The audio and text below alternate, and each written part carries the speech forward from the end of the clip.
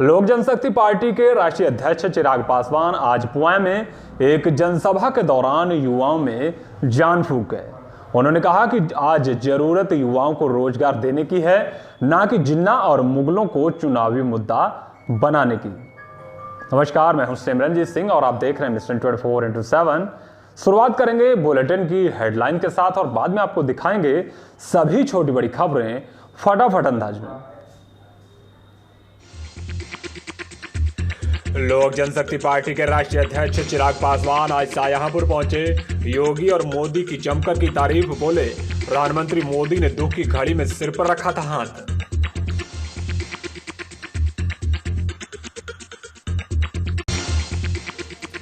UP STF, SOG और स्थानीय police ने मादक तस्करी की बड़ी खेप पकड़ी। 120 करोड़ की चरस के साथ 3 अंतर्राष्ट्रीय तस्कर भी गिरफ्तार।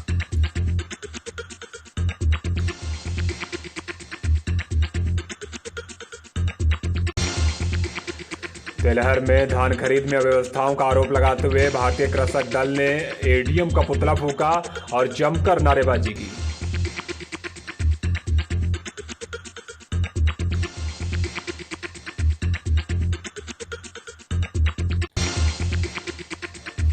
अखिल भारतीय ब्राह्मण महासभा के प्रदेश अध्यक्ष सुधीर कुमार पांडे आज तेलहर पहुंचे।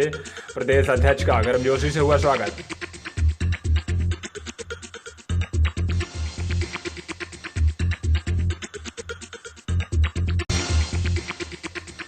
और खुटार के श्रीराम खांडसारी चीनी मिल के बाहर किसानों का हंगामा, कम रेट देने का आरोप लगाया। आश्वासन के बाद मामला हुआ शांत।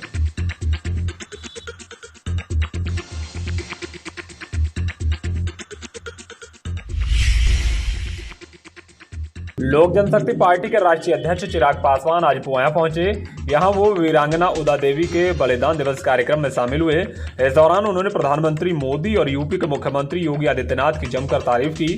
वहीं पूर्वांचल एक्सप्रेस वे को लेकर उन्होंने कहा कि राजनीतिक पार्टियां श्रेय लेने की होड़ न लगाएं, बल्कि बेरोजगारी और गरीबी को दूर करने के बारे में भी सोचें।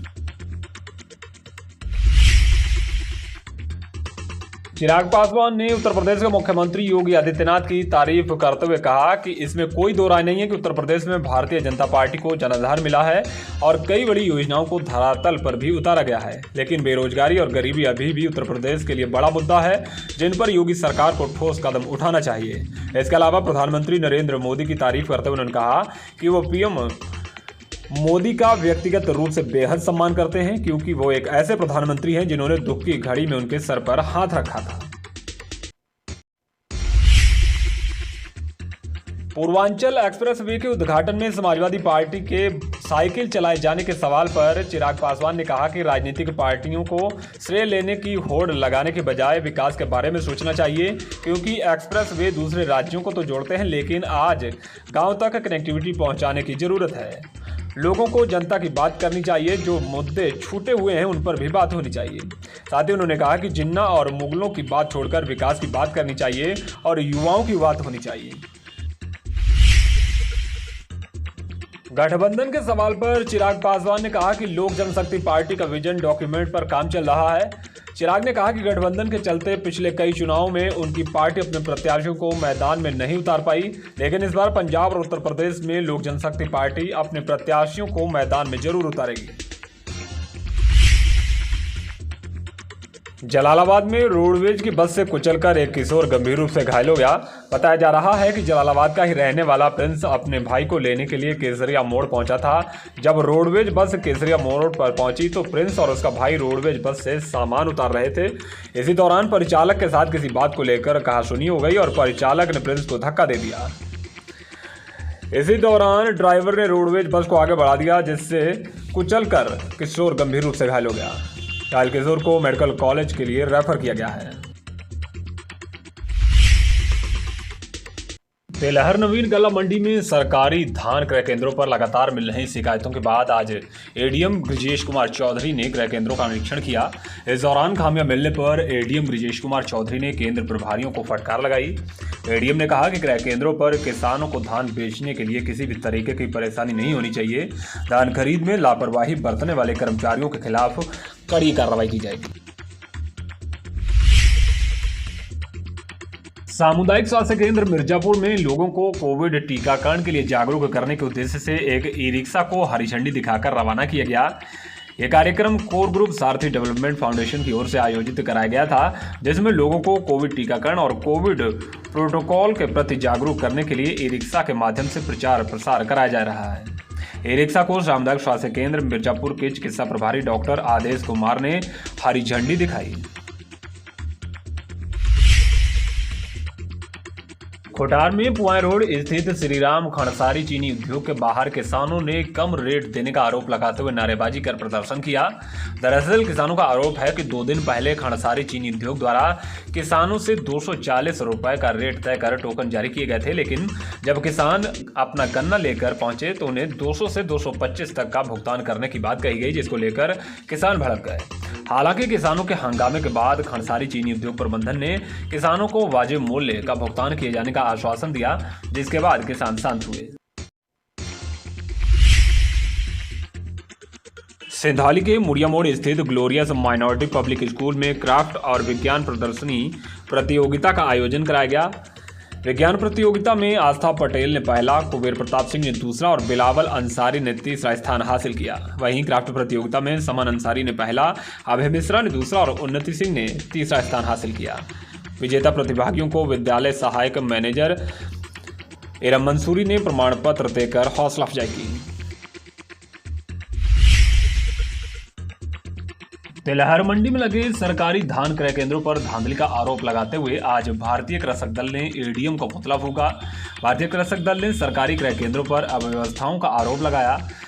कृषक दल के कार्यकर्ताओं का कहना है कि क्रय केंद्रों पर किसानों से धान न खरीदकर माफियाओं से खरीदकर सरकारी लक्ष्य को पूरा किया जा रहा है।